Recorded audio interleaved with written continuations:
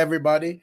Welcome to another episode of Beats and Baller. Unfortunately, Rob is not here with us today. He's at the Miami Open in Miami, so kudos to him. When he comes back, he's going to share that information with us. Right now, we're here with K9, and then we got my boy Adam. If you watched the previous episodes, you've seen him before. Go ahead, Curly, take it away. Yes, sir, man. We coming off of a crazy Elite Eight this weekend. It was very wild. I just want to hear you guys' thoughts on what happened with Duke versus UConn game. What are y'all thoughts about that game and how the final seconds played out? Honestly, I think it was lack of defense and lack of coaching. It was embarrassing because Duke should have took that to the crib. I'm not even gonna lie to you. That last play, everybody seen it was a bust play, but all they had to do was to get fouled and just Mac and T Cardi. Get fouled, hold the ball. Get fouled and hold the ball. You don't gotta pass the ball. Just get fouled, hold the ball. The last seconds of the game, we don't need that right now. We just need a dub, bro. It's one game. It's not a series, bro. I don't know. I was very upset. I was at work. All I hear is screaming. I ran outside, bro. UConn is just like this green. So like, I just don't understand. But like, yeah, I'm just upset, bro. Yeah. I mean, I loved every part of it. It kept my bracket alive since I have UConn winning the whole thing. So I'm not gonna complain. It was a disgusting ending. The UConn had no position to win that game, but I'm not gonna fight it. One of my biggest questions was when Cameron got trapped in the corner before he passed the ball. Duke has a timeout. Why didn't they just call timeout? Just call timeout and reset and just like do something, like, you know. But no, they forced the pass. Caden tries to do an over the head pass on two defenders. He's a shorter defender, so when he throws the ball like that, he's giving the defenders like they're just jumping straight up. They have a chance to tip that ball at most. So, you know, it was. I get he's a freshman, but like that excuse can only go so far. This is basketball. At the end of the day, it's a basketball game. Like that's you being a freshman has nothing to do about knowing how to act in situations. Hold the ball. They're gonna foul you, or take the 8-second violation. There's like 10 seconds left in the game. If you take an 8-second violation, you leave like 2 seconds left on the clock. And first, UConn to have to like drop a play out of bounds or something. At least your defense is set. And say you turn the ball over, loose ball happens, they get the ball, and the guy that made it through, which is crazy, he was 0 for 4 up until that 3. 0 for 4, and he went 1 for 5. The only 3 he made was the last 3 to put them up. That was just crazy, but that's what March is all about. I love it for the game. I just think it was lack of execution on Duke's side.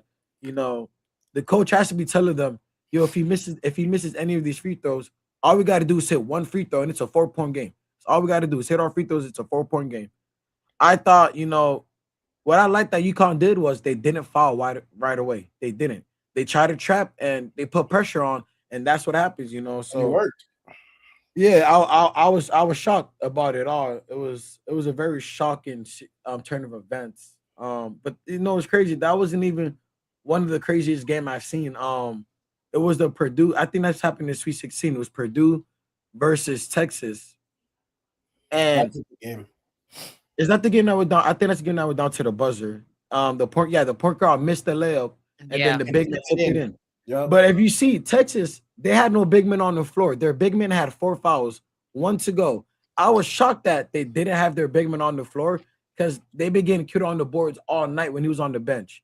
Texas, there's 1 possession left. There's like 10 seconds left on the clock. You have no center on the floor, which means you're giving up a second chance point if it comes down to it.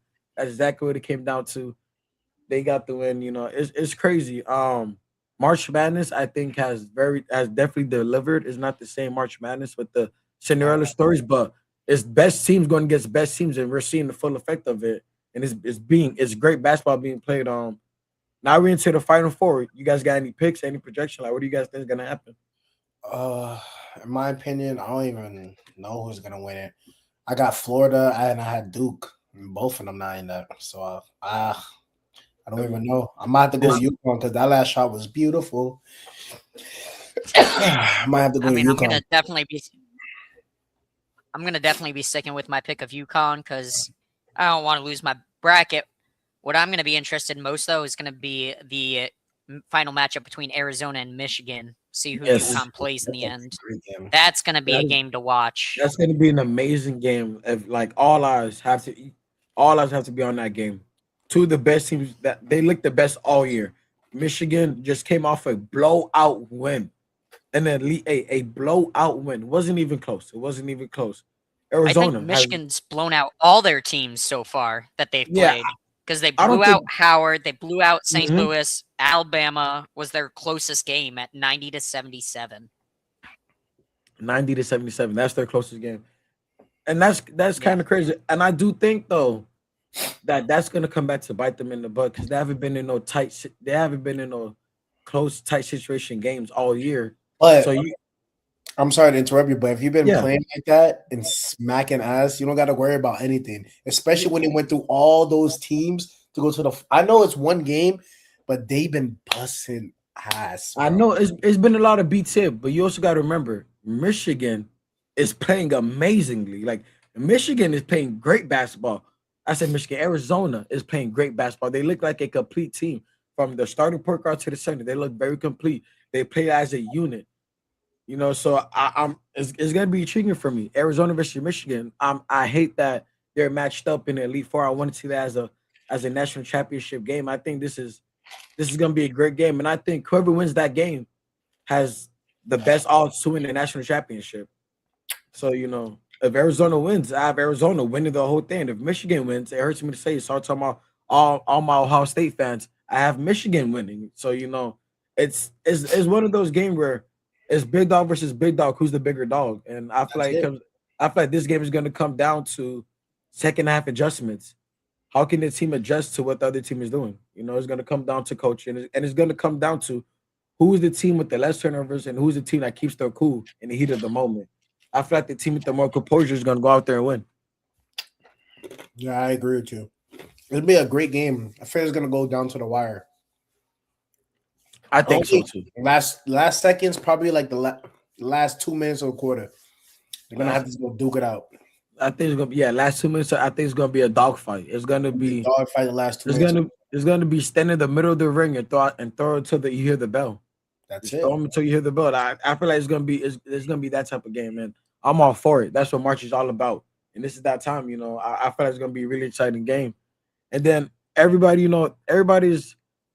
I feel like Illinois hasn't had the credit they deserve. Illinois is going through this game, playing as a unit, beating teams left and right, looking like a team that knows how to play basketball the right way.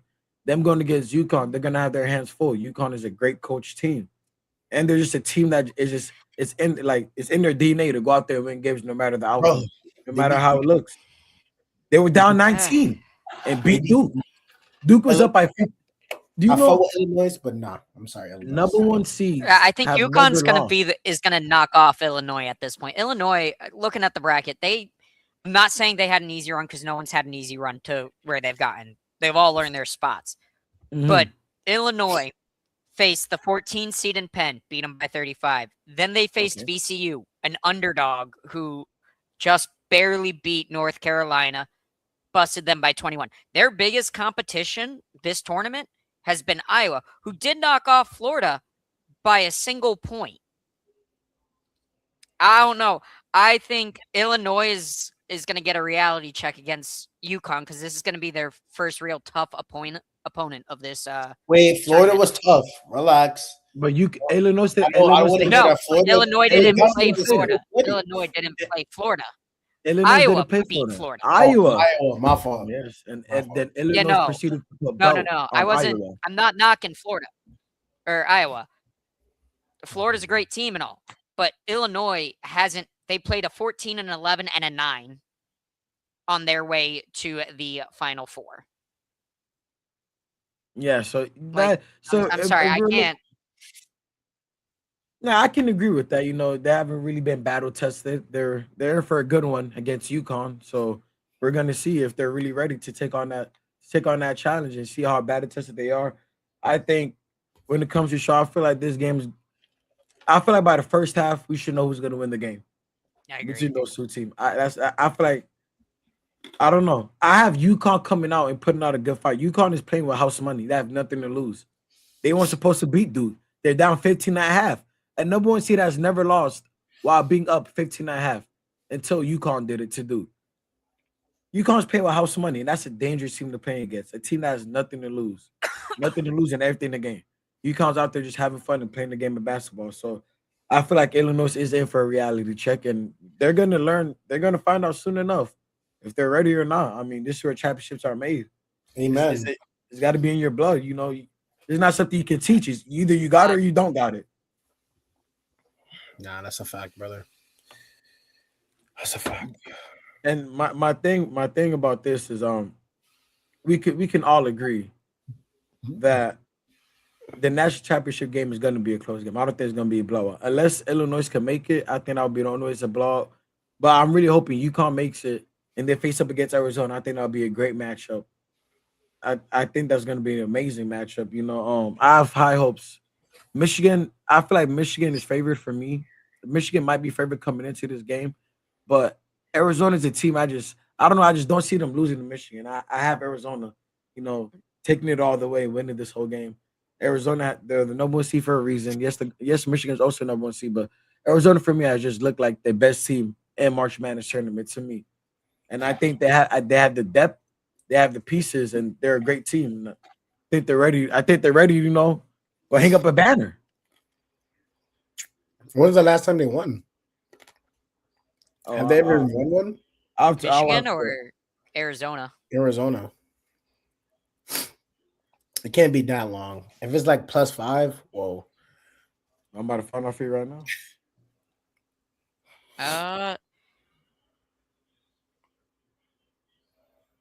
I mean, no matter who wins it between Arizona or Michigan, if it's UConn versus them, I think it's going to be a great matchup. If it's going to be Illinois versus either of them, I think the finals is going to be a blowout, and the championship game would have been Arizona-Michigan.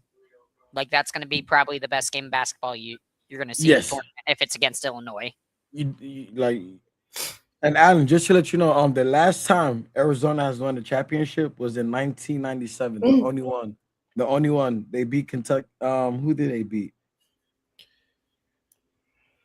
Yeah, that's the last time they won. They beat Kentucky 84-79 in overtime in 1997. I wasn't even thought of at that time. Damn. I was youngins. You were babies. I was I was not even born. That's crazy. I wasn't even thought of at the time that Arizona last hosted that trophy. So, you know, I think that's all the more merit. Like, it's just the best story. You could have read a better script. Like, 1 versus 1. Elite Four. Oh my gosh. Final four. 1 versus 1. I think that's gonna be that is gonna be the best game, probably. Unless we get something from that championship, that's gonna be the best game. Like, for me, that game is a national championship game for me. And if I'm Michigan, Arizona, I'm looking at that game like it's a national championship game. Oh yeah, God. Absolutely. Because it's gonna be something. You guys made it all the way there. It's as a coach. What were you about to say, Adam? Yeah, go ahead. I was gonna say, who disappointed you the most in this tournament? Alan, you go first. I know what you're gonna say. No, Florida. Like, what the freak? How you lose by 1 point down to like the last couple of seconds, bro? Like, that's insane to me. You guys were playing good all game, bro. It was a close game all game, but you guys had the lead at some point, and then you guys blew it. Yeah. For me, that was a very disappointment because I thought they're gonna get it again, back to back. But you know, oh yeah, no. I told you that wasn't happening. Only hope. Yeah, I could. I told you that wasn't happening. I could have told you that wasn't gonna happen. I thought they're at least gonna make it to the Elite Eight, you know. But hey, yeah, that is surprising. For me, very disappointing. It would have to either be BYU or Duke, because Duke again, like. When's the last time Duke has, like, if you look at Duke's past rosters, all these star players that they have produced, and they have 0 national championship appearances with those star players, I think, like, that's got to be one of the biggest disappointments of March Madness. And then for BYU, one of the hottest teams, you know, I want to not even the hottest team. They got the hottest player. No. BYU at the beginning of the year, they got up to top 14. They got up to a top 14. Their lack of size and injuries played them, and nobody thought we was gonna see AJ play one game. I didn't think I was gonna see AJ lose to Texas, but seeing the run Texas went on, I'm not like now it's less of a okay, it's less for me to be calling them a disappointment. You lost a team that went all the way to the Sweet 16, but still, even so, BYU, you can tell like nobody in our locker room thought they were losing in the first round. Nobody thought that was gonna happen. Round of 64, BYU loses. Nobody thought that. If you told me AJ at halftime had 20 points and they still lost that game in a round of 64, I'll tell you that you're lying. And you probably need to go to the hospital because you're hallucinating off of some type of drug. But for that to happen, I mean, you got to say like, yo, that's got to be this point of season for them, especially with the aspiration that they had going into this year, especially going into the tournament. And I know I can tell you right now, nobody on that campus thought they're one and done. Nobody. No, not at all. Especially when you got a player like AJ who scored 33 points and the rest of the team scored 35 and 36. Top 3 draft pick should not be getting eliminated first round. Should not. If you look at all the other draft picks, their team made it type of deep. So even they made it past the first round. That's all you needed. That's like at least second round. I'll give it to you. Second round, you got some great teams in there. But to be eliminated the first round and you're going to be one of the top stars of this draft, that definitely I think is going to affect his draft stock. No, who? Talking about you AJ? Don't think it's going to? Yeah. Hell no. I think they don't draft the let me hear this. They draft one player at a time. I'm well aware, but you got to be able to carry a team against. What is it? They played the 11 seed. Come on, Texas. Yeah, Texas. Gang. They don't draft the whole team. They draft one selected player. Well aware. I'm so sorry, Adam. I want to hear your 33 points. It's not his fault. He lost. I want to hear your top 3 draft prospects for college. Who do you think like is the top 3 best people, bro? AJ, that one guy from Darren Peterson. Yeah, Derek Peterson in the Boozer. Darren Peterson. And Boozer. I want to hear your I don't think the top 3 changes at all from what I talked about last time. But yeah, I just think if AJ was going to be like number 1 pick, this might move him to like the second or third of that 3. No. I just don't think he gets that first pick anymore. I disagree. That's all I'm saying. I think he's a great player. I think he's going to go far in the league. But to lose in the first round on your year that you're going to be going in the draft, you can't say that doesn't affect it. I'll also add one thing. Just one thing. They had an injured point guard at the time. Their second best player was injured. So it was all AJ. Duke had a bunch of injuries, but they made it as far as they did. You're comparing. You're saying injuries don't matter, but Duke showed that even with injuries, you can make it. Bro. BYU had 0 points coming off the bench, bro. Their bench player didn't score a single point. Nah, listen, Adam, I'm going to agree with you, but for a different reason. Come on, bro. Listen, Adam, I'm going to agree with you, but for a different reason. I think AJ is definitely the lock at number 2. I think it's always been Peterson throughout the whole year. He's been going number 1. I just think Peterson is the most NBA ready. His game would translate the easiest out of the 3. His game would translate. He's pretty much there, You know what you're going to get from AJ, but I do think AJ has the best upside. And if I was a GM, I have AJ on my number 1 on my draft board. He's number 1 for me. But Darren Peterson, he's the safe best choice.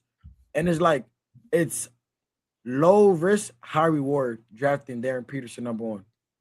There's no risk at all. You know what you're gonna get from. I don't think him load managing at all is gonna affect him in the NBA because he's not gonna do that in the NBA. In college is a different story. I don't think he's gonna set out games or tell the coach to sub him out in the NBA. That would be crazy. So I really do think, it goes Darren number 1, AJ number 2. And I don't think Cameron should go number 3, but he's gonna go number 3. I just feel like out of all the prospects, Cameron Bruiser, he's the biggest, the highest risk, highest reward player because will his game translate? Can he be a good enough threat from deep to make teams not trying to load up the paint or just like treat him like Zion, Is he I just think he has to shoot the ball a little bit better because if you come and think you're gonna be like Zion, it might not work out the best for you. So you see, hopefully, hopefully he proves me wrong. I like the kid's game. He has grit, toughness. He's a great presser, but You can't be a six. What? How tall is it? What 6'8" point He beast? is Boozer is 6'9", 250. 6'9" paint beast in the NFL and the NBA, and thinking like, oh yeah, you're just gonna translate easily. And NBA is a grown man's game, you know. This in college you could be a paint beast, you know. You don't get 18-year-olds and all that, but in the NBA that's a whole different ball game. So I feel like if the only thing you could do is be a paint beast, it's gonna be hard for you in the NBA for you to translate. For you to really hit your peak in the NBA. The only thing you could do is just smash the paint, you know. So hopefully, you know, he develops his game a little better. He doesn't have to be shooting threes off the bounce, but have some type of mid-range game in your game where it's not only the paint, you know. For me, I think for you to be a star in the NBA, you got to be more than just a one-trick pony. You can't just smash the paint and that's the best thing you could do. No, you got to be able to do it all. Yeah, I agree with you. You have to be a 3-level scorer now. Look at Wemby. Especially to be top 3. Yeah. Mid-range. The NBA game's evolving. I just hope they don't treat him like Williams, like you said, bro, because it's gonna be bad for him, brother. Yeah, because Zion's different. Zion was quick as Zion is. He's powerful. Like that's an NFL tight end right there. Zion is. He's a big body. Bruiser, I don't see Bruiser. He doesn't look like a Zion type to me. So if he's a paint beast at 6'9", all right, now you know that's a problem. Embiid, like we got the Jokic, we got all these players in the paint, like the Vincenz Zubac. Like, you tell me you want to go down there and hang out with those boys? Nah, man, you need to stay around people in your weight class, you know. Type like Draymond. Shit. That's what I'm saying. Like, Draymond now. Hopefully, you know, he could do his thing, and then I wish him nothing but the best. I think he's gonna have a great, solid career. I do have to say this. I hope his twin brother does not go one and done. The point guard for Duke, he needs to stay at least one more year in college. I don't think he's ready yet. You know, I don't think he's ready yet. You know, just for him to develop your game a little better. But yeah, I feel like this draft is very low, especially in the top 5. Where you have Caleb Wilson. I think he should definitely be drafted over Boozer. He led UNC in every category, in points, rebounds, assists, blocks, like all of that, steals. One player led them in every category. He is phenomenal. I think, you know, if I was a GM, he's number 3 on my draft board, and Bruiser would be number 4. So, you know, and then you got Acuff out of Arkansas, which I think is the best point guard in college basketball.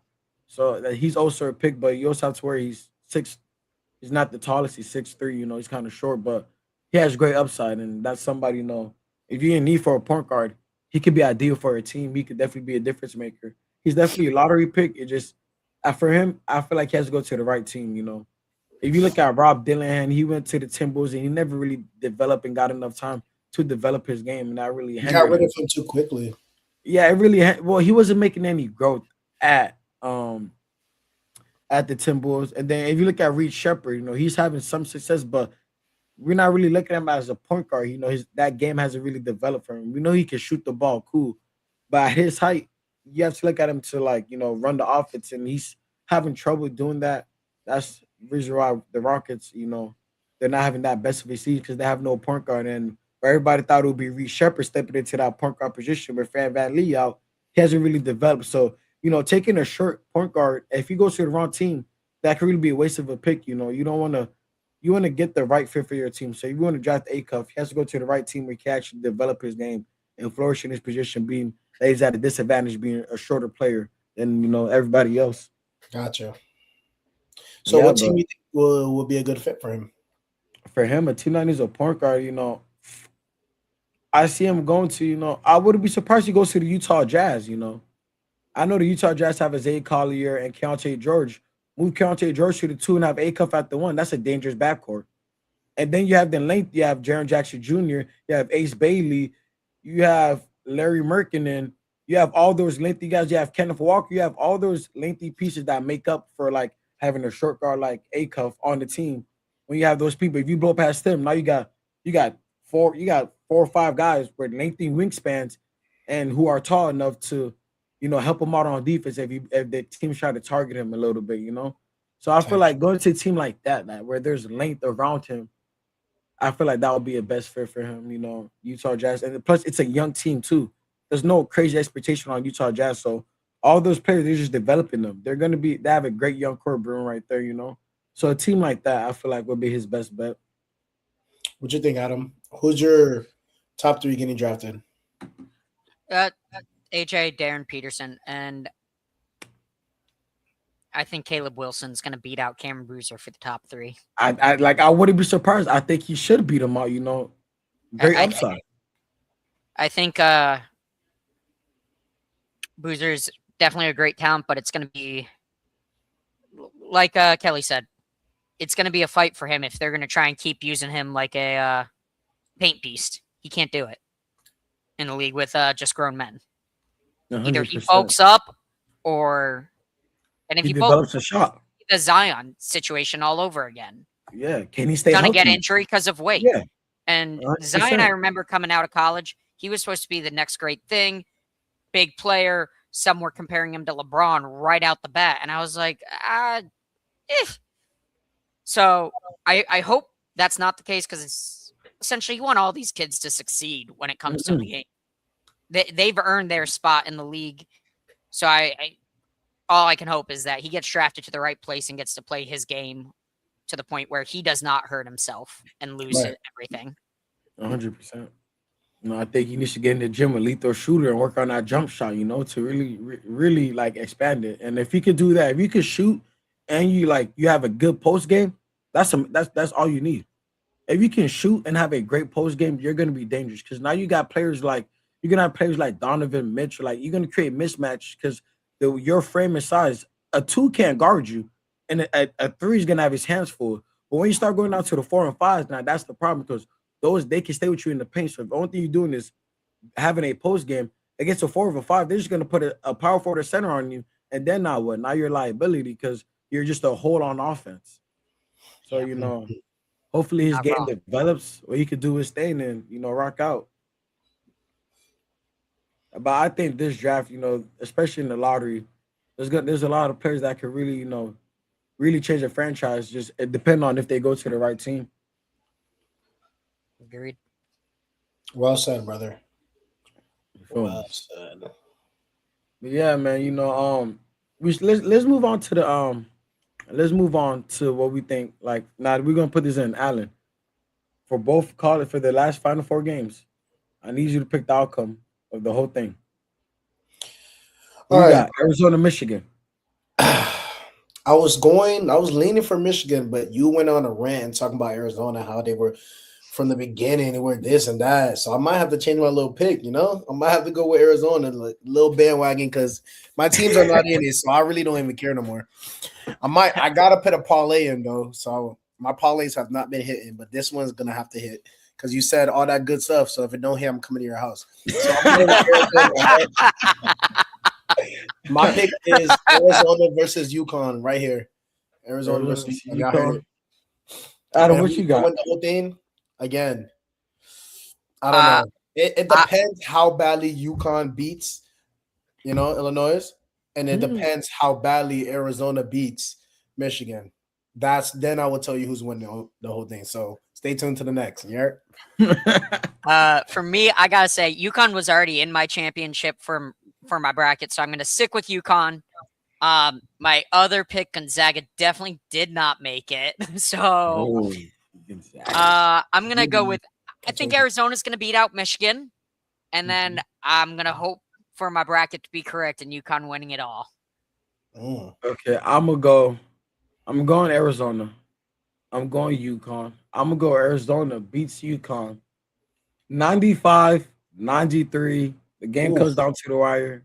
In the last 30 seconds of the game, we'll decide who wins that game. But I got Arizona beating UConn 93-95 in a close, hard-fought game that delivers an all-time one of the greatest games. One of the greatest national championship game. I think it's going to be that type of feeling surrounding that game. So that's my final picks for those players and for those teams, and hopefully Arizona can get it done. And I can see Bryce James, cut the net down. You feel me? So I'm sticking with Arizona to win this whole thing. Yo, did you see Bryce might declare for the draft this year as a day 2, and Lakers might grab him? I swear to God, if that happens, I might. No, that's not gonna happen. That can't. Bryce, happen. I feel like Bryce is 100% smart enough to know. Like, I think Bryce, he has no expertise. Like, he doesn't have a timeline. He just wants to go out there, have fun, enjoy, and develop his game. So when he gets into the league, he's gonna be a force. Bryce has all the tools. I just swear, if he forces his way into the league, kind of like Bronny did, I might just lose it then. Yeah, I didn't like how Bronny did it, and if Bryce does it, I'm gonna be hurt. So hopefully he doesn't. He's gonna stay that another year. But I think he will do 1 year. Yeah, he didn't pay. He redshirted this year, but next year I think next year will be his last year in college. I don't see him being a junior. Oh, that's fair. Yeah, I don't think he's gonna be a junior. But hey, who knows? I mean, there's no sense in that. Your dad's LeBron. Sorry. Oh my gosh. Here we go again. Here we go. No. I mean, it worked for Bronny. You don't think it's gonna work? Come on. Yeah, but Bronny, history always repeats itself. Here's the thing. Let's say LeBron retires next year. Next year is his final season. What happens to Bryce and Bronny after that? Bronny's, while I will say he's maturing in his game, he's still not a top NBA talent, or even, I would say, a backup NBA talent. You want to try and force Bryce into that same position? Oh, no, I'll tell you right now what's going to happen when LeBron retires. Bronny is going to be Mac. The guy from the dunk contest that they bring up from the G League? Mac McClung. Yes, that is going to be Bronny, but in the G League. Like, listen, Bronny has the talent. He's great. Bronny, he's flourishing in the G League. So, I feel like if Bronny was to make the jump to the NBA to be like a full-time NBA player, not a two-way player, just a full-time NBA player, he has to get it done on the defensive end. He has to be like a Chris Dunn type of player. But the thing is, if he can shoot the ball well and play Chris Dunn level of defense, he's locked in NBA. Because, a lot of players, if you could play great defense and hit occasionally open threes, you have a spot in the NBA. Oh, if he could do that, I definitely think, he could definitely go far. Look at the Marcus Smarts. Look at the Chris Dunns. These are players who can't really do that much for your offense. But on defense, yeah, you can hang your hat on them. They're going to get the job done. Nah, I'd rather have somebody who can actually play both sides. Nah, you gotta understand the way the NBA is developing. You gotta have a couple lockdowns on your team. You gotta have it, because when it comes playoff time, that's when you get the best of the best. Your defense has to be on P's and Q's in playoff time. So Bronny could play some great defense. He could see himself on the NBA roster, but I don't think he'll be on the Lakers for too long after LeBron retires. Nah, I don't think, because there's no point. LeBron's still gonna have, like, how do I say this? Because LeBron's gonna retire as a Laker. He's gonna retire as a Laker. You don't think so? I could, if they cut him, or if he's like, hey, I want to end it where I started. So it's either Cleveland or LA. He won't end it anywhere else. I'll leave it there. He's not gonna pull an MJ and end up on the Wizards. He's not gonna do any of the Kevin Garnett. I think he ended on the Nets. He's not going to do any of that. I think it's either going to be Cleveland or LA where Bron ends. That's true. And I think it's LA, because I don't think he's going to leave like Bronny by himself, because I'm pretty sure LeBron is still going to have like say so whatever the Lakers do, because I ain't going to lie. LeBron is LeBron, and whatever he says goes. If I'm telling you right now, LeBron is. Yeah, LeBron is not going. LeBron will not be on the Lakers next year. I'm telling you this right now. This is LeBron's last year on the Lakers. You didn't see all the the Lakers didn't even want to like. LeBron's contract is crazy. Do you know how much LeBron is getting paid this year? Let's look. I know it's not a lot. It's chump change. He's getting paid plus 25 mil. No way. LeBron, yes. I thought he took a pay cut. LeBron did not take no pay cut. He opted into his contract. $52.6 million player option is what he opted into this year. That's what he opted into, because if what LeBron wanted to do was he wanted to opt out his contract and re-sign and extend his contract. The Lakers are like, no, we're not doing that. If you opt out, we're gonna if you want to come back, if you opt out, we're gonna give you a pay cut type of contract. LeBron was going for it. LeBron chose to opt in. This is LeBron's final year on contract. After that, LeBron will not be on the Lakers. Yeah. LeBron is going to work something out. LeBron will not be on the upcoming season. So this is going to be an interesting, because this is going to probably be his final contract. 100%. Like the next contract LeBron signed will be his last. And I think it's. I mean, Cavs got a dirty team from what I saw. You know, bro, James Harden, freaking Donovan Mitchell, like, come on now. And then you got Jared Allen, Mobley, and then you add LeBron to that, and then you still got Strus as a role player. Like, you have all these players as role players around that starting five. Yeah, that's going to be nasty. I hope if LeBron does that, the Cavs are 100% make it to the finals. The Cavs, especially in the East, I don't think LeBron's gonna be. He's too old. He's not really a factor. Like, bro, not there even was one half he didn't even score a point. He has 0 points. You gotta understand, LeBron's IQ does more. Like on the Lakers, you're not gonna think that because, like, for the Lakers, they're not that good. Like, they have Luke and they have AR. Who do they have outside of those two players? Not that many. But on the Cavs, where LeBron role goes down significant, like his usage goes down a lot because you got a primary ball handler and James Harden and Donovan Mitchell. And then on defense, you have Mobley and Allen. There's no defensive liability at all because Donovan can guard. James Harden's defense is good enough, and they got Mobley and Allen. LeBron's usage is not going to be as high. So now you tell LeBron to go in there and be a glue guy. Look what LeBron's doing for the Lakers as the third option. You tell me LeBron can't go to the Cavs and have a better production as the fourth option on that team? Oh man, that's going to be scary. LeBron is going to handle business, and LeBron will be playing the 3. He won't be playing the 4. He's playing the 3, and it won't be a small ball lineup. No, Jared Allen and Mobley, LeBron, Donovan Mitchell, James Harden. Let's say that starting 5. Nah, that is a crazy starting 5. That is a crazy starting 5. Especially in the prime. East. In the East, hey, James Harden still got a lot of his tape. Don't sleep. Harden still got a lot of his tape. I'm sleeping on freaking LeBron, brother. Sorry. No, I mean, Alan, remember I said last time we were talking about playoffs, I said the East is easy right now. There's only a handful of teams that I think can compete for the East side, and none of them will win the championship. I agree with you. The East is wide open. Anybody can win the East, especially with Cade Cunningham having that puncture lung collapse. Anybody is collapsed lung. Yeah, and the East is wide open. I mean, Boston could win it. They just got Tatum back. The Knicks have a chance to win it. The Cavs have a great chance to win it. I wouldn't be surprised if Charlotte got to the Eastern Conference Finals. That's how weak the East really is. Like, all those teams, it's not no crazy lopsided. It gets to that point when you talk about the teams in the play-in. Then that's when it gets lopsided. But like those teams 1 through 6, oh no, those teams are anybody's game. Anybody's game 1 through 6, anybody's game. So just adding LeBron to that mix, the East will still be wide open. It's the East. It's not that. The West is loaded and the East is not that loaded. You can take the AFC from the West and put them in the East, and they could go to the finals. That's freaking ridiculous. I mean, Minnesota going to the East next season if they do this expansion is going to be something. And about the expansion too, because they're adding 2 teams from the West Coast, and I was just like, why don't we just add those 2 teams? They for real? Wait, what's the team called? It's Seattle and Vegas.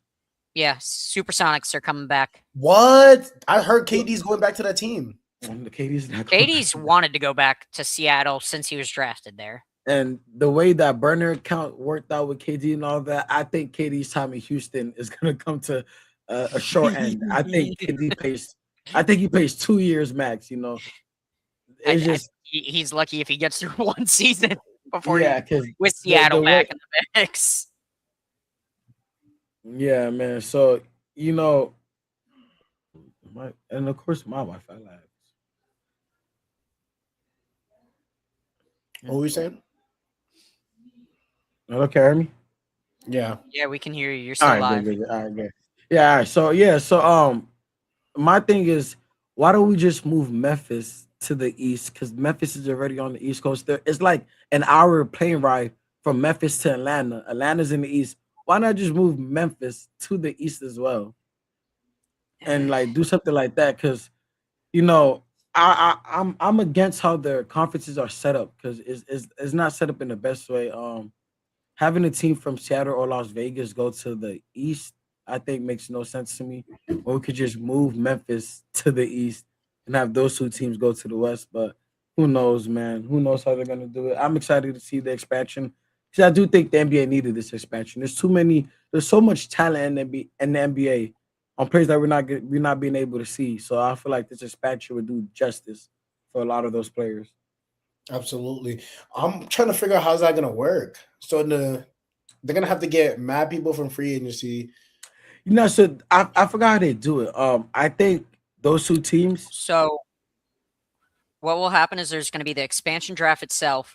Essentially, the NFL or not NFL, NBA teams are going to get, I want to say, be able to hold on to 6 of their players and only 6. Everyone else gets thrown in the lotto, and then San Antonio or Seattle and Vegas will get to pick from that roster, and they'll Whoever have they want.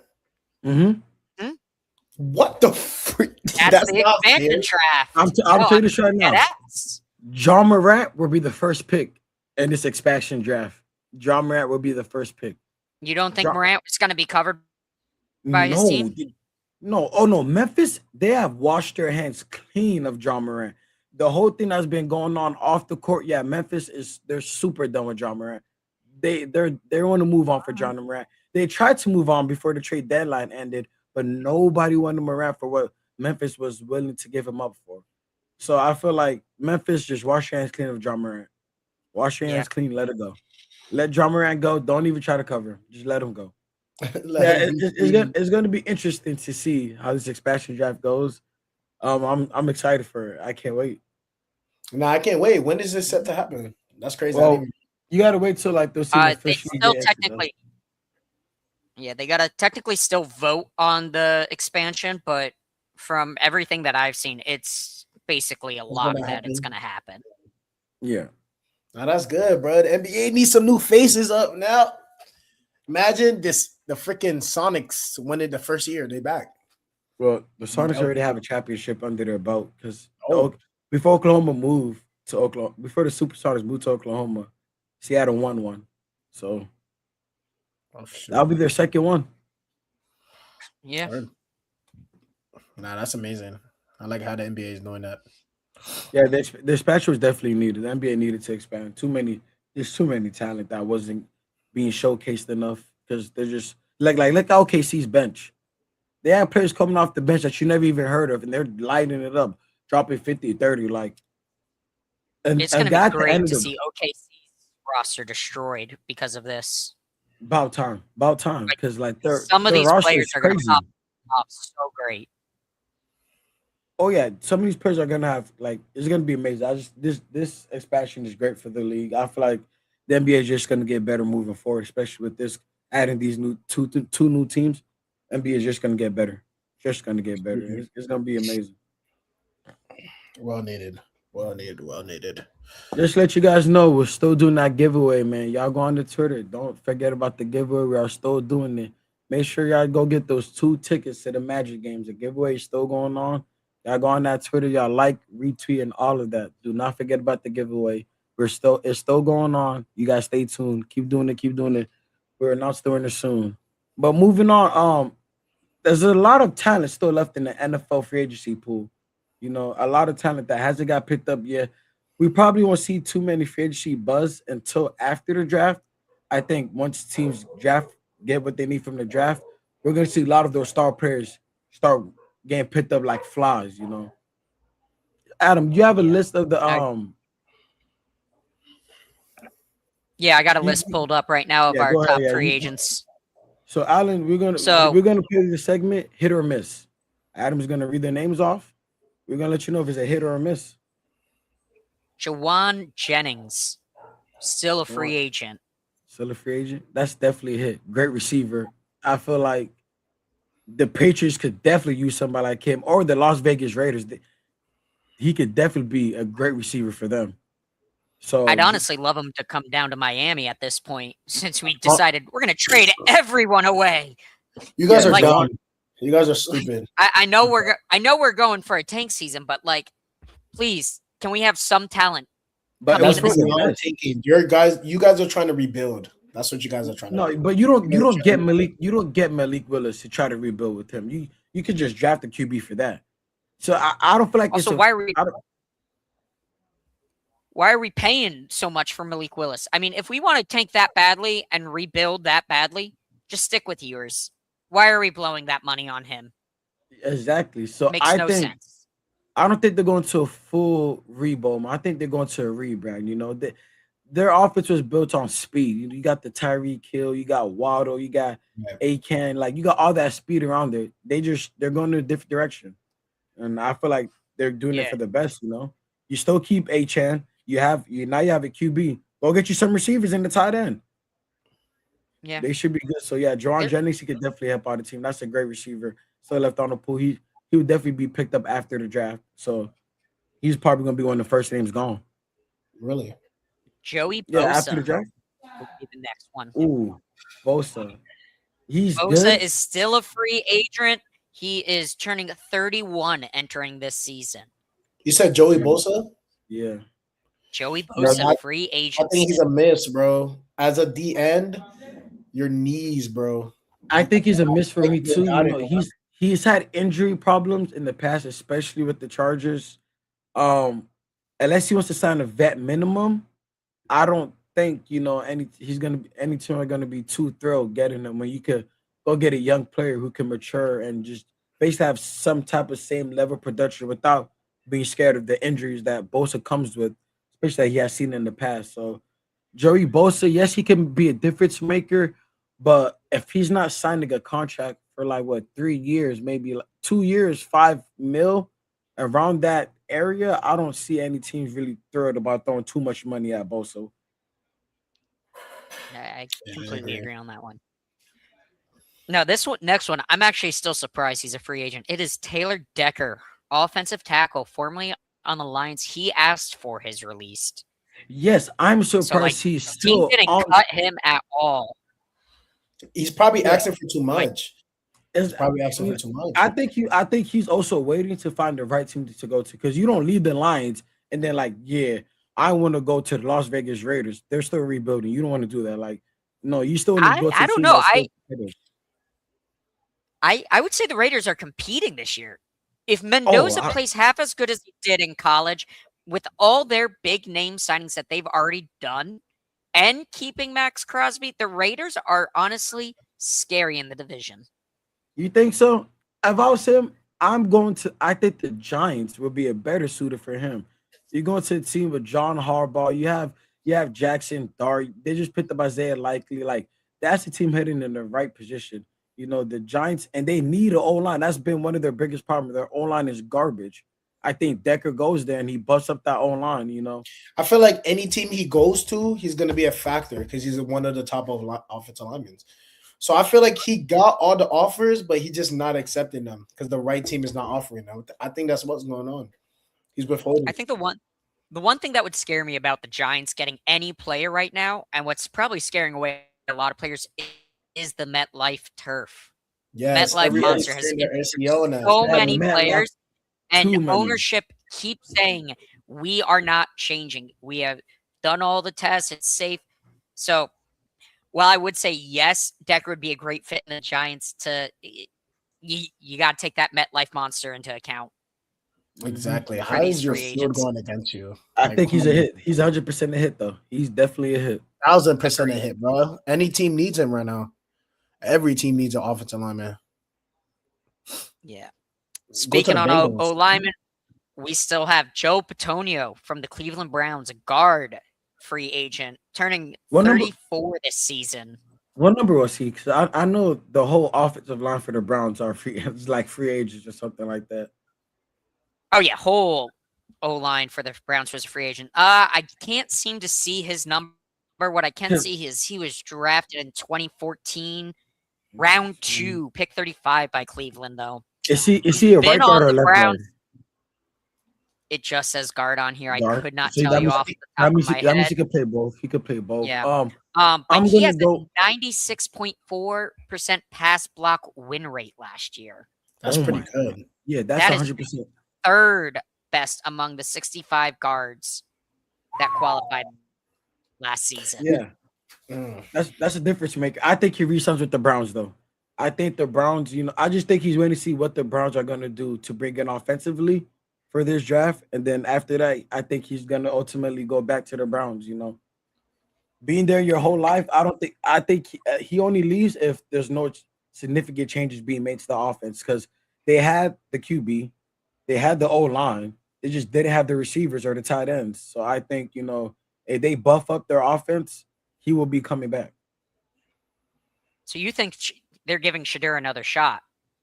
Hell yeah. I think 100%. Shedeur didn't do bad. I don't think he did bad. He just didn't have time, bro. Matter of fact, no. I'd say this. I think they're giving their QB room another shot. You have Shedeur, you have Dillon Gabriel, and then you have Deshaun Watson. Everybody keeps forgetting about him. He's healthy and he's coming back, and he's looked amazing so far in this offseason.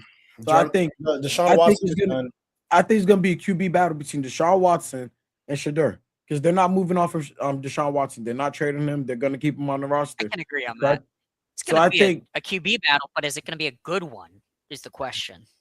I think we forget, like, Deshaun Watson's had a lot of issues off the field, but we keep forgetting when he was playing at his best for the Texans, he was looking he had the Texans looking scary. So I think if he could get back to at least a fraction of that person of himself, he could go in there and he could really contend and be the starting QB for the Browns. So we'll see. I feel like if any QB wants to be a QB for the Browns got to get a receiver. I heard that the Browns are trying to trade for Brian Thomas Jr. on the Jacksonville. Bro, they got Jerry Jeudy. Yeah, no, they're so good off of Jerry. Jerry's one of the best receivers out there.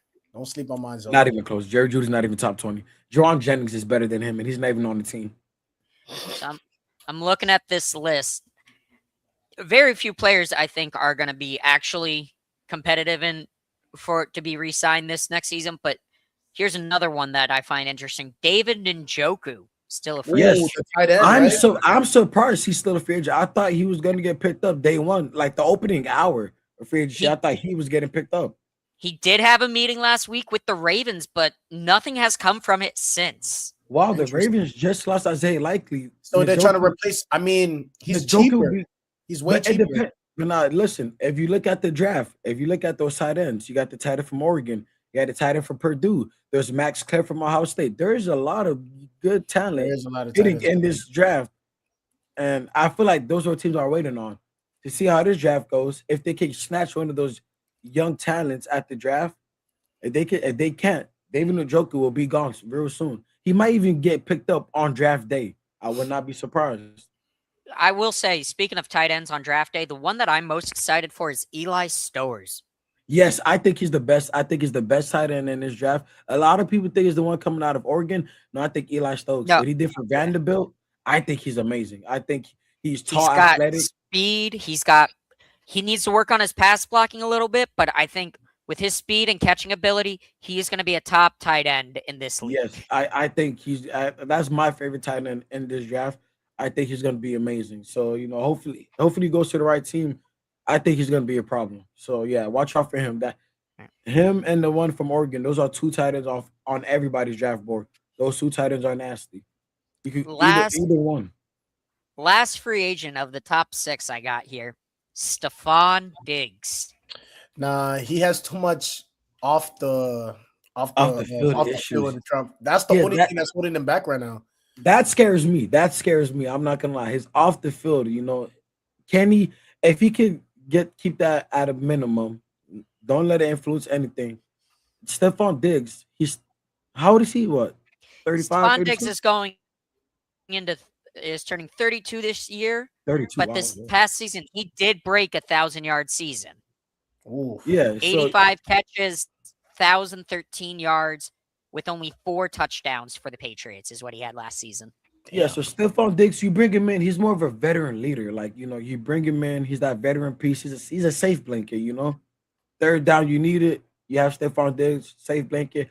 I wouldn't be surprised if we see Stefon Diggs goes to a team like the Vikings, or we see him going back to the Vikings. I don't think the Vikings take him back. I still remember that interview from years ago of who would you not let date your daughter, and all the teams said Diggs. Yeah, because but I think a reunion. Diggs has shown that he hasn't grown. Let's be honest. He's shown that he's still very immature and that he can't be taken seriously in a locker room. If I'm Diggs, I'll try to go to the Chargers, but can he? McDaniel ain't taking him. McDaniel's the OC of speed. Yes, and I really don't like McDaniel. With him, he's a tricky offensive. I think he's a way better offensive coordinator than he's a head coach. But my thing with McDaniel sometimes is he gets too flat. Like he gets too flashy and childish sometimes. Sometimes keep it simple. Keep it simple. I get you like the trick plays, this like all that flashy pizzazz. That's cute and all, but sometimes simple is the best. Stephon Diggs. I mean, it really, will Baltimore want to take him? I don't know if that would be a good fit. Baltimore does need a receiver outside of Zay Flowers, but I think it's tricky. Stephon Diggs. That's gonna be a hard one. Unpopular pick for Diggs. I would say the team that could use him the most, the Titans. That was gonna be my next one. The Titans could definitely use Stephon Diggs. I think Stephon Diggs is a huge upgrade from Calvin Ridley. A huge upgrade. Well, so, Ridley's been injury prone this past season and the season prior. And he has a couple of drops. They need to wash their hands with him, bro. Give up on him. I think he has unfortunately come to a point where he's just aging out. I mean, the wide receiver position, yeah, it's been hit and miss because they take so much wear and tear on the body, and the new tackling rules have definitely helped them, but he's an older one who had to go through the old ways. Exactly. So his time is unfortunately shortened because of it. I honestly think he should retire just like his brother. His brother need to retire too. The whole Diggs just need to go poof by Diggs. Trayvon's only 27 though. Yeah, I know, but I feel like he's not a elite player. He's not an elite corner like he used to be, bro. I feel like something's off with his game. I feel like he's a package player. You put him on the field at certain packages, but it's his ego too big to let him be a package player. Just like with Stephon Diggs. Is Stephon Diggs really to take a vet minimum of probably 1 year, $1.5 million? It could go up to $2 million with incentives. Like, would Diggs be willing to sign a contract like that? I think that's the biggest thing. That they could put their part to the side and really just, sign that vet minimum deal and just go out there and prove you still got it. I think Trayvon Diggs, the optimal option for him at this point, because he's also one of the free agents on this list, is a team takes a chance on him and moves him to free safety. He's not keeping up in the corner anymore. Let him go to safety. See how he works there. He's still only 27 going into this next season. So he's still got plenty of wear and tear on the legs. It's just he doesn't have the elite speed and change of direction anymore to keep up with these corners and breaking routes. I think him at safety would be amazing. You got to remember, Trayvon Diggs played receiver at Alabama before moving to defense. He's a ball hawk. I think if him at safety, that could really be a good spot for him. I think that could be something that could give him some value back. Playing at that free safety spot, just scanning the field and being the ultimate ball hawk. I mean, it's working. Sorry to interrupt you. It's working right now for Jalen Ramsey. Jalen Ramsey make the switch. Look at him; he's flourish. Yeah. Just being that ball hawk free safety, because you can't keep up with these young bucks no more. You can't. You got these receivers. They're running sub 4.4s, so you're not keeping up with that. If go to that free safety positions and just play safety blanket. I feel like that's good. Afraid you see that it's probably not on that list. Who I think who's getting more heat, especially after what he did with the Fanatic Flag football game, is Odell Beckham Jr. Odell Beckham Jr. I think. What? I like Odell. He's not on the list. I loved Odell. Odell has definitely shown that he still has the talent of the catching, and he can do the one hands, and he can do all that. But the main difference is, can he do it in the gear still? Flag football, he was in shorts and a tank. But you put on the helmet, you take the real tackles, you got the pads on, you got a bit of extra weight. Can you handle that? And can you break as well as you did in a flag football game? I mean, how Brady looks great. Nah, Brady. But I don't see Brady coming back. Yeah, no. Brady can come back if he wants to. The NFL, Brady now. The NFL will not allow Brady to come back. The NFL will not allow Brady to come back. No. But just because you still have the skills does not mean you can still play at NFL level. Now, my thing is this: for Odell, I feel like he has to go to the perfect team. The perfect team. Like, it has to be a perfect fit, or it's not going to work out at all. Odell has to go to a perfect team. Odell in a slot position might work well. I think that's the only choice. You can't have Odell out wide, I just don't think he's that type of receiver anymore. But Odell at the slot, running those shallows routes, the zig routes. So you're trying to get him killed. No, he plays like a Tyler Lockett. Try yeah, and there you avoid go. those tackles. Catch the ball and drop. Just catch it and slot, catch it and drop. Like just Like- get the catch. Yes, exactly. Odell's will always be an elite receiver all time, in my opinion. But you put him in the slot, you say, hey, play a bit more like Lockett, drop down. He still has the skills to play the receiver. It's just one bad hit and he's done. And that's what I'm saying. If you put him in a slot position, he's going against linebackers, bro. And let's not forget Odell. And the linebackers are scary, bro. They're big as hell. Odell's had a lot of you knee also injuries, don't. No more hip tackling. You got to be. The defense isn't what it was 10 years ago as well. Oh no, not at all. Not even close. A bit more safety. So having that almost safety blanket now with the tackling, yeah, some people still do it and they get flagged for it.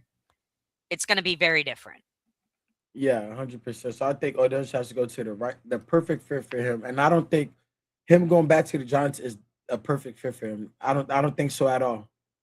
I think he needs to go to another team. You know, another team that's better for him, that can actually use him as like you're our third receiver. You're still gonna get a little bit of touches, but like we don't want to push a position where like you have to be one of our main guys at the receiver position.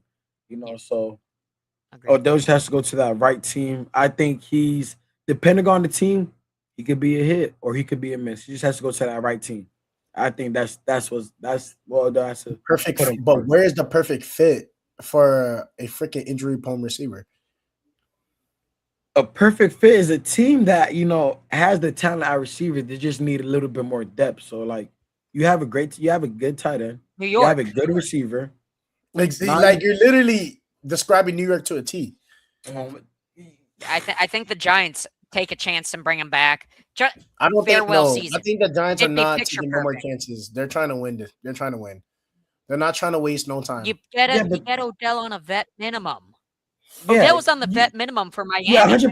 100%. Odell's obviously Odell's willing to take that vet minimum to play. I think the Giants take salary in Bitcoin. He's willing to do it whatever. I would say this: Odell is a better free agency prospect than Stephon Diggs is, just because we know Odell's willing to take that pay cut, and he's matured, and he's not that diva. He's not into all that off-season, off the field trash drama like Stephon Diggs is. So I feel like teams will be more open to if they could get Odell, they'll pick Odell over Stephon Diggs simply because Odell's gonna put that pride to the side, and Odell's not caught up in a lot of off the field issues like Stephon Diggs is. Odell just gotta stay healthy. But back to the draft. The mock draft. Let's look at these mock drafts and see if these players are good fits for this team, or should the teams make a different approach? All righty. So first pick, to everyone's surprise, Las Vegas it's saying is going to be taking Fernando Mendoza. I think it goes without saying that's an easy pick. He's the only real quarterback in this draft. And to go 1-1, quarterbacks are always going early in the draft. That's definitely it. Especially when you're the only proven one. That's definitely all right. Number 2, New York Jets. With no other quarterback, obvious, in the draft, and them saying Geno's gonna be the star, they're taking an edge out of Ohio State. Arvell Reese. What are we thinking on this? Arvell Reese. Jets going defensive instead of offensive. No, this is my thing. If you look at the Jets, their O-line is solid. It's not the best, but it's not the worst. It's manageable. Bryce Hall, same thing like the O-line. He's not the best, but he's definitely not the worst. You have Garrett Wilson. Outside of that, I don't see an offensive player going number 2. So their defense. Now listen, they lost Quentin Williams. They lost his brother. They're gonna lose his brother. Them going Arvell Reese, I like that. I feel like him as a defensive player, probably one of the most NFL readies. He's a player that could play the edge and he could play linebacker. He's like a Michael Parsons. He can play the edge and he could also be in cover just a little bit. He has that speed and that power where he could line up on the edge and he could also go out there and guard tight ends. So Arvell Reese, I think that's a very safe pick. They're not trying to overthink it. Them going with Arvell Reese, solid pick for me. I don't hate it. Can't complain either. Jets obviously need help on both sides of the field. Mm-hmm. You got to start somewhere. Not just jumping at the best offensive person is a smart decision by them. They're taking best talent. Exactly. And I think Best talent available. they're grabbing here. They All right, number 3, we got. Yeah. Who needs a bigger rebuild, Miami or them? That's the question. Tank Bowl. Tank Bowl. Number 3, Arizona Cardinals. Says they're taking Francis, I'm going to butcher this, Magoa, offensive tackle out of Miami. Oh, that's the big dude. That's the huge tackle they have. Wait, who's even the quarterback for the Cardinals? They gave up on Murray. They have Jacoby Brissett. Jacoby Brissett right now, and I forget the other guy that's supposed to be competing with them that they just signed as well. But from everything I saw, Jacoby is going to be their starting quarterback going into week 1.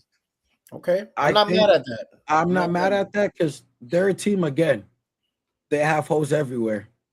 So now you got to look at, well, what's the biggest hole we have and what's the biggest successful player we could plug in that hole? And I think them starting off with the offensive line is going to be amazing. Don't be surprised if the Cardinals do later on in this draft pick up a QB because the QB class is weak, but there's a lot of players that you could develop and they could be really bad. So they could be really good for them. So them go with the offensive tackle. I like the direction. Allard. Yeah. I like the direction that they're going with the offensive tackle because you need a solid O-line. Any good team has a solid O-line. Like, as simple as that. If you got to have a solid O-line. They have a lot of holes at receiver, at running back, at defense is solid enough, but that's not the main priority. The offensive side of the ball is the biggest problem that they have. Them going offensive tackle, I love that for them. I think that would be a great pick. So this is where I'm actually going to disagree with you. I think they mess up with this pick. I think with the amount of talented OTs that we just talked about and guards, they should go after them first and then draft this next guy who's supposed to be going in the 4th, Jeremiah Love to the Tennessee Titans running back. You want Jeremiah Love to go. Okay, I think Jeremiah Love should go number 3. Because here's the thing. You got Trey Benson, unproven running back for Arizona. And you have James Conner aging and honestly coming off an injury this past season, if I'm not mistaken. Okay. Jeremiah Love is supposed to be the next to Mendoza, the top offensive talent. He's the next Alvin Kamara.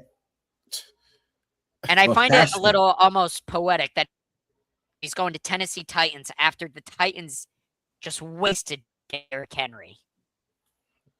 I don't think they wasted him. They didn't have all the pieces. They didn't waste his talent. They couldn't get they thought Derrick Henry was still at a level where they could get some type of compensation for him and try to yes, we lost Derrick Henry, but at least what we get from him, we could flip that into something better than what we lost. Now that you say that, I actually do like that direction that you're going in because there is a lot of talent. You have Proctor from Alabama. He's also another great tackle that has a lot of talent and upside. So yeah, you're right. Yeah, I can agree with the way you're going with Cardinals going running back first and then drafting an offensive weapon later on, offensive lineman later on in the draft. That does make a lot of sense. Okay, so I'm guessing we don't like Jeremiah Love going to the Titans because I love that. I love it because Tony Pollard. I think it's a steal. I think it's a mega steal. Yes, steal. I feel like it's gonna be another Derrick Henry situation, bro. No, not at all. This is different. This is different because you got to think how long was Derrick Henry with the Titans before they let him go? Right, for a long time. If Jeremiah Love, he's gonna be there for a long time. I think if they let Jeremiah Love go, team up with Cam Ward, the Titans are gonna be scary. And I think Jeremiah Love going there is a huge steal. He has great talent, and that's something you cannot sleep on. Agreed. I think he's going to be a great tight end. Definitely good for some people's dynasty drafts for fantasy football. But if he falls to 4, I'd be shocked. I really hope Arizona doesn't draft this O tackle and they try and sign some of these free agents or get some later round tackle and guard help, and they go Love at 3. Number 5, we got the Giants coming in, and it says they're going to be taking a safety in Caleb Downs. Okay. So now this is what I gotta say about that. The Giants. Let me hear it, Curly. Because you like Ohio State over there. Yeah, that's my Buckeyes fan till I die. Listen, Caleb Downs going to the Giants. That is a perfect fit. The Giants, they're losing a lot of pieces on defense. They lost their DB. Them bringing in Caleb Downs brings in a player who makes an immediate impact on that team. And you know their defense, their D line. We know the D line is one of the best. They have a great D line, but it's that back end that worries a lot of people. Their offense is already they already made improvements on their offense, where offense is not their main priority. Now they need to go DB or receiver, and them going Caleb Downs, I think that's a great pickup. He's a great coach's player. You know, his defensive coordinator was Matt Patricia. That's a great defensive minded coach right there. And even Matt Patricia said he treats him like he's an NFL guy. Like Caleb Downs is a very mature, solid player. I think if he goes to the Giants, that'll be a great pickup. I like that pick for the Giants. Caleb Downs has been diagnosed with something. Yes, his knees. They're worried about his knees. His knees. I think it was a degenerate knee. Something about his knees where he has a little bit higher risk to injuries because his knees aren't in the best shape. But if I'm a coach and a GM, you gotta live and doubt that. How many times are safeties getting hit in the knees? What you got to worry about now is he's the wear and tear. I mean, that's definitely going to scare me. I didn't know about this about Downs, I'll say, but that definitely scares me a bit more with him. Again, New York Monster. The turf. I was just about to say that. That's the only thing that you got to worry about. But I would love that matchup of maybe putting Downs in that strong safety spot and pairing him with Javon Holland. I know when Javon Holland played in Miami, he was a monster. I think that was a mistake of Miami to let him go. I'm not even going to lie. 100%. But he was nice. But to pair him with Javon, that's going to be a scary backfield. If they can get their corner room in line, they've already got a scary D-line, and their offense is a monster if they can stay healthy. Grab a second-round receiver. Ooh. And the Jason Trey Edmonds. They just got Trey Edmonds too to beef up that front seven. So like I said, they go with that deep. They go DB with this draft pick. I think they're going to be amazing. I think the Giants are going to be a team not to mess with this year. In the years to come, 100% the Giants are they're heading in the right direction. If their ownership ever decides to change that turf and make it like grass or just a much better turf, New York's going to be a destination to go to for a lot of players. Moving on to the next 100%. Pick, we got the Cleveland Browns.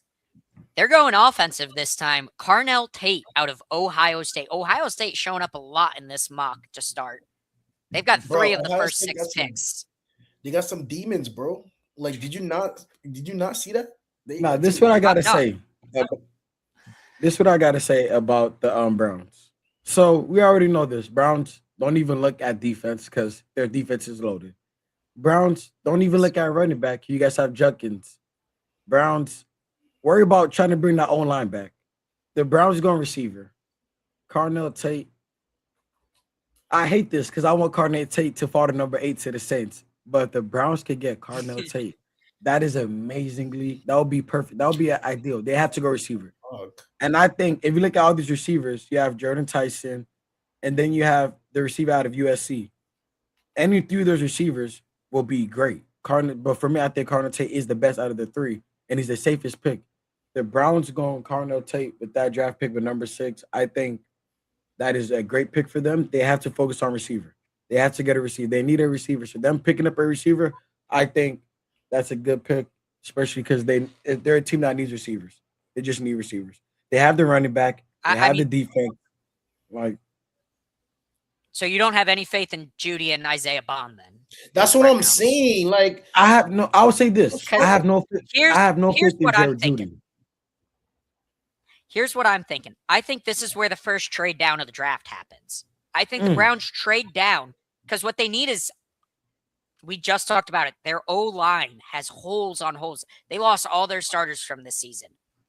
You don't want to go reach just for an O-tackle or O-guard or even a center this early in the draft because not always those O-linemen pan out. I think the Browns trade out of the 6th spot for a lower spot, trade down to like Miami, trade down to Dallas, somewhere, a team that needs that good talent and are willing to pay for it. And I would say this. They do the smart thing. If I'm the Browns and I'm going to trade down from that 6th spot, I want a 3rd-round pick and I want a player for that 6th spot draft. And if the Browns could do figure a way out where they can get some help on our own line, or just get any piece that they really need, whether it's O-line or receiver, and then have a 3rd-round pick, I think they're set and they're good. So I wouldn't be surprised if the Browns do trade down, especially if they trade down, I'll be okay with that. If they trade out that top 6, I'll be okay with that. Trade down to get who? It's not get who, because you got to think about the Browns. Draft their 2 biggest capital. problems. Yeah, simple as that. Their 2 biggest problems is their O-line. That's the biggest Browns problem. Their O-line is the biggest problem. Browns ain't competing next season. Let's be honest. Browns, while they have some talent, they don't have enough to compete with Baltimore, Pittsburgh, and Cincinnati. I said it last podcast that I was on with you, Alan. I think this is Pittsburgh's year to win the division. They say that every year. Yes, but you see the Bengals. I'm hearing that Lamar has not performed, bro. Listen, you see the Bengals. The Bengals bucked up their defense, which they definitely needed to. Does Pittsburgh finally have a receiver too? Now that they pair DK Metcalf with Pittman, that's gonna be lethal. I feel like the Browns.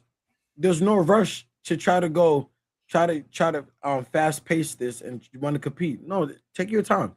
Draft the right players. You've been asked for years. Take another 1 to 2 years to build properly. And nobody will hate rush like this thing at all. Trust me. As a Miami fan, we tried to rush that rebuild that we did a couple years ago, tank for Tua. And look how it ended for us. We are taking over $160 million in dead cap this season for players not on our roster. That is crazy. Like that cap hit that they took. Yeah, I was like, wow. No. So now moving to number 7 on this mock draft, we got the Commanders taking a cornerback out of LSU, Mansour Delane. Yes, that is nice. That is the best cornerback in the draft, 100%. A lot of people thought if LSU was a better team, he would have won the best defensive play Brinkoff award for the DBs. Who would have won that? It went to Caleb Downs. I like that pick a lot. He's a great lengthy DB with great size and speed. He's not the fastest, but his length makes up for that. He's physical. He's a ball hawk, I think. And let's be honest, the Commanders, I feel like they have a lot of holes. Yes, they have Jaden McDaniels. The offense is going to be okay, but it's their defense that worries me the most, especially when it goes from the linebackers to their DBs. Oh, yeah, they just lost Lattimore and Jonathan Jones in their cornerback room from this past season. Yes. So they need. This will be a great pickup for them. They need to go defense. They need to go DBs, and I think that will be amazing. I think that's great. That's a great pickup.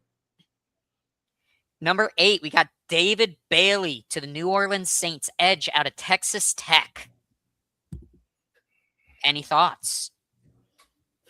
I haven't heard too much about him, but I heard that he's a little stud.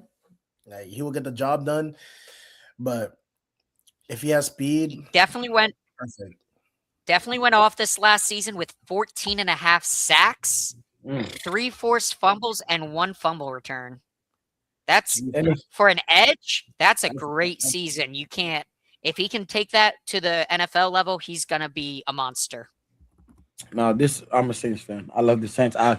I know a lot about the Saints, and I'll tell you this right now. Our biggest problem, 100%, is our defensive line. It's not as productive as I would like it to be.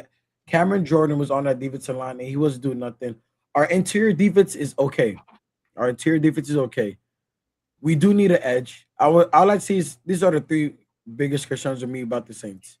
Either if we want to go offense, it has to be receiver. That's the only thing we should go on offense. It has to be receiver. If it's not receiver, okay, cool.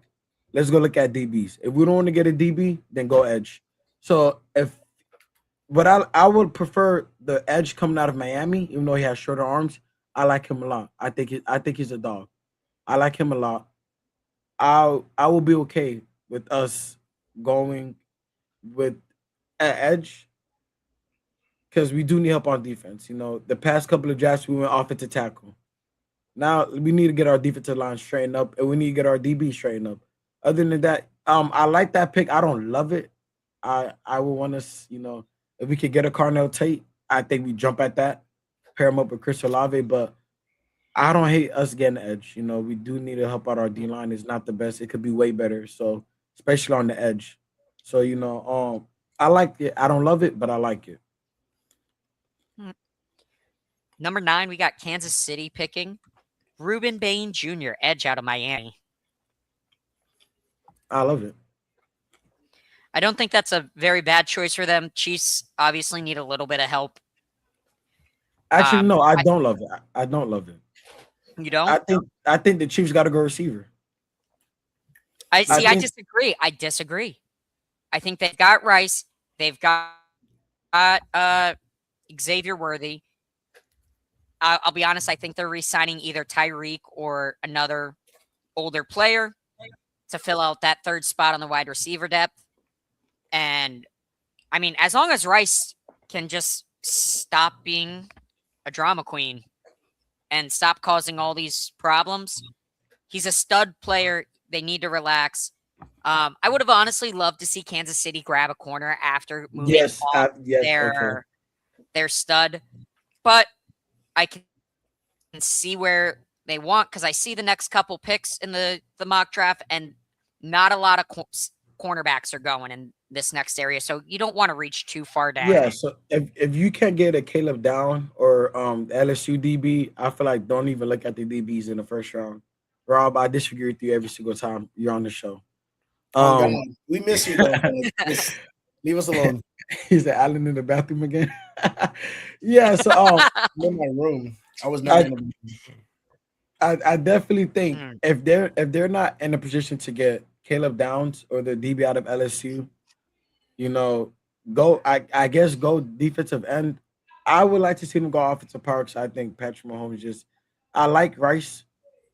I don't like Worthy being his Batman. I mean his Robin. I don't like Worthy at all. And I think Travis Kelce's old. But I feel like it's a stretch if they try to go tight end with that pick. I think the 9th pick, picking a tight end is a huge stretch because those tight ends are going to be available.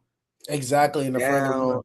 I think those tight ends are going to be available a little bit down there. So if the Kansas City's, I would be surprised if they do trade down to give that 9th spot and then trade not out of the first round, but in the first round, but like in the low 15 to 20, and then grab a tight end around that pick. I would like that. But I feel like if they can't get a stud at defensive back with that 9th pick, they want to go Ruben Bain, then I like that, pairing them up with Chris Jones. I think that'll be nice. It's not. I don't think that's the biggest problem because the D line is solid enough, and their linebackers are too. They just lost their best corner. They lost their corner and they lost their safety. So you know they gotta build up.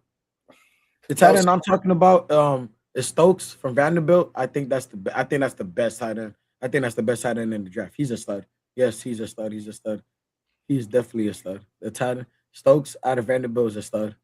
I think he's the best tight end in the draft. Stokes. He went to Vanderbilt. Apologies. Stores. I think he's the best tight end in the draft. Just so we have it.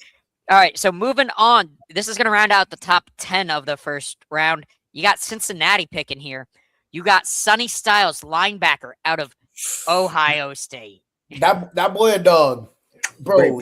He's matching up to to NBA peers like for height, for like jumping shit. Like it's crazy. Like his vertical is insane, bro. He's dead at just an athlete. He's not even a linebacker. He's he ran a 4.43, I think, at a 4.43 or 4.46 at the combine. That's a great pickup for the Cincinnati Bengals. They need help on defense desperately. They fixed up that back end with the signing those safeties. I feel like they gave him. That is a great pickup. I love that pick for the Bengals. Not even lie. I honestly think Styles is a top 10 pick or top 5 pick, honestly, in the draft. 100%. But it's just what the teams need. And because linebacker isn't a lot of these teams like may need, they're passing up on him. Definitely going to be interesting to see him on the Bengals. Sure you did, Rob. Definitely. So now it's my team, Miami, with the number 11 pick. We are going wide receiver, USC, Makai Lemon. I love that. Great pick. He's a dog. He's a fierce competitor. He's a guy who just wants to win. He's hungry to win. He has that dog in him. I like him a lot. I think I think that's a great pickup for them. They need help everywhere. Yeah, this will make Makai Lemon will essentially be our wide receiver 1 just as a rookie. Which, does it put a lot of pressure on him? Absolutely. But if he can rise to this challenge with what little talent he has around him, he's an absolute stud. I like that pick for the Dolphins. I think he's the right guy to rise up to the challenge for the receivers. He just has that chip on his shoulder. I feel like he has that dog in him. I think that's a great pick. He won receiver of the year. I think he definitely deserves it. And he's gonna flourish down there in South Beach. I think that's where he needs to go. Yeah. 13. We've got LA choosing via Atlanta. Spencer Fano, O-tackle out of Utah. That'll fill the hole that Havenstein's retirement left him with. So, and I watched a few of Utah's game. Especially coming down the stretch. One against Kansas. That was a great game. Love the game. He did a great job. I think that would definitely help the Rams. The Rams have defense. They have the receivers. They have the running back. Getting the tackle at that pick is that's just the cherry on top. They might not have a receiver. They might not have Puka next season if he keeps biting people. Who knows? Puka keeps doing his off the field shenanigans. That's a story for another day. It's every player just gotta chill. Yeah, you guys are professional athletes. You guys can't be doing dumb shit. You're making multi-million-dollars to play a fun sport for most people that people would love to still be playing. Not everyone gets a chance to play these sports into their ages. So they gotta at least be a little thankful of what they've got. Yeah, so I think him at that pick, the offensive tackle at that, I think is great. I think it's good. I think it's amazing. I like that. I actually skipped the number 12 spot by accident. Dallas Cowboys picked Jermod McCoy, cornerback out of Tennessee. That was my bad. Oh, he's nice. So we're jumping up one pick to the 12 because I skipped it by accident. But we don't care about the Cowgirls. I ain't gonna lie to you.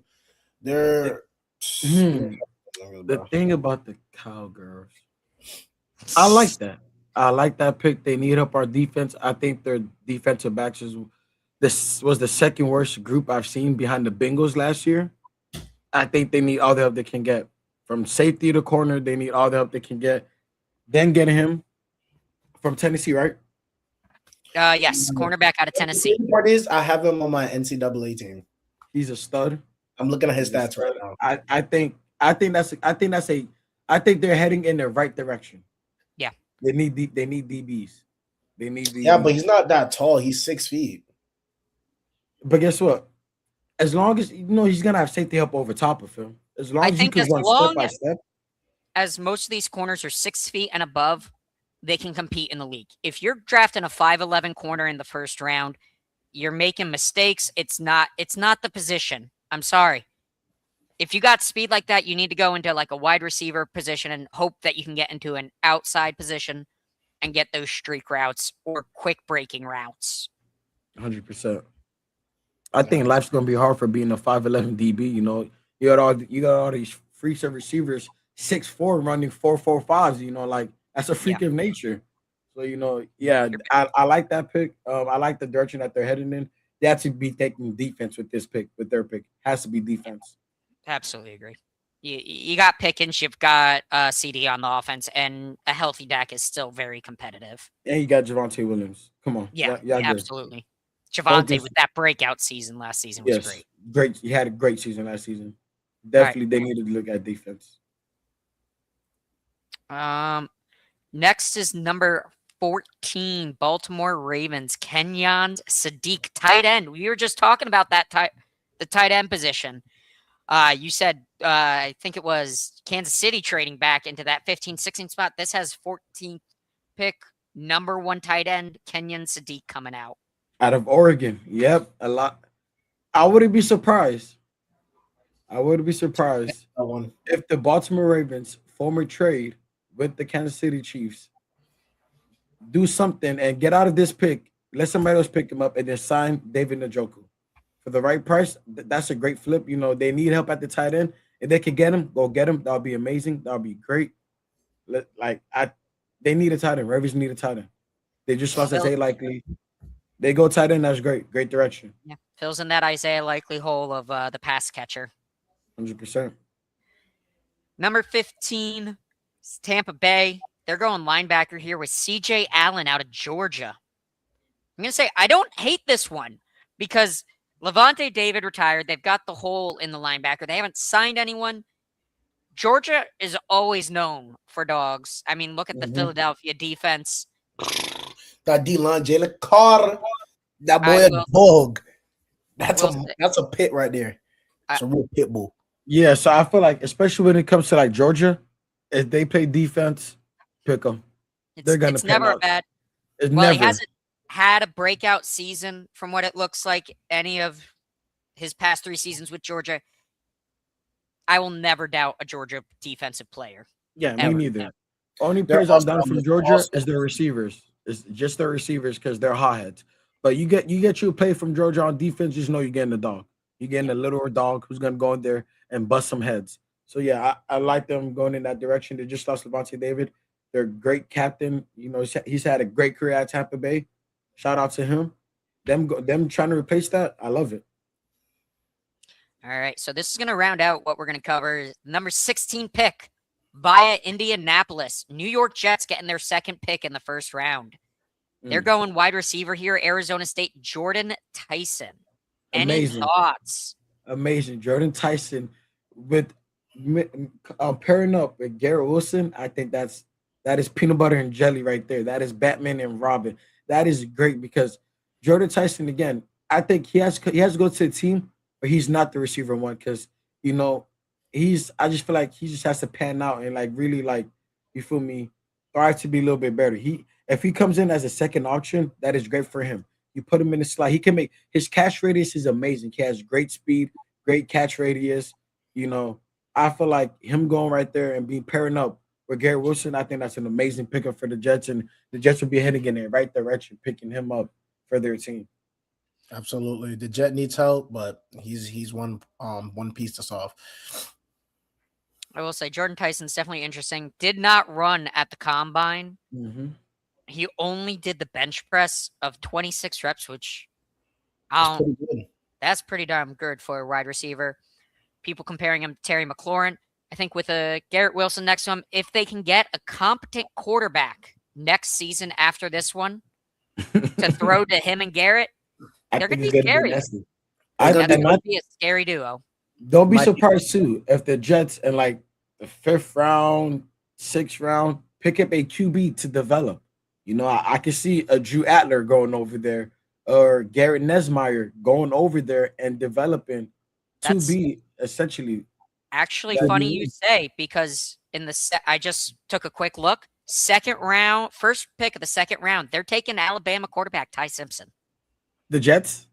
That's what it has it mocked at. This one goes all the way down to the 7th, but I just started looking at it right away. I wouldn't be surprised. You know, Geno Smith, he's a QB put in on your team.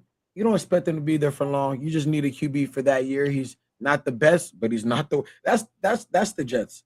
They don't have the best roster, but the roster is definitely not the worst. They don't have everybody's mid. Everybody's mid except for Garrett Wilson.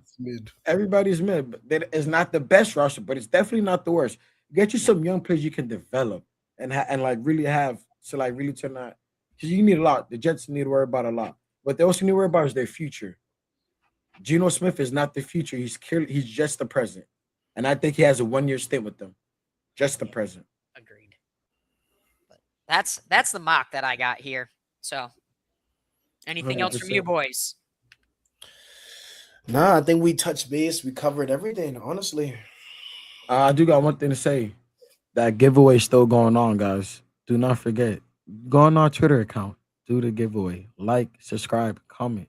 Do the giveaway on the Twitter account. It's still up and going. You guys don't want to miss out. 2 tickets to the Orlando Magics. Dang, 2 Free. tickets. Free. All you got to do is like, comment, repost. Simple. That's What's better than that? That's not a lot. Everybody doom scrolls on their phone. Everybody doom scrolls. You might as well go on Twitter, you feel me, and get something out of doom scrolling. You feel me? Like 2 free tickets, no money cost. 2 free tickets. Y'all jump at that, man. It's free. I wish I could join this, but it wouldn't be fair. 2 free tickets. They're good seats too. I ain't gonna lie. I see everything, but hey. Great seats, amazing seats. Like I'm saying, y'all should definitely jump at that. But with that being said, thank you for staying tuned. This is the end. Bye. I appreciate you guys, man. Love.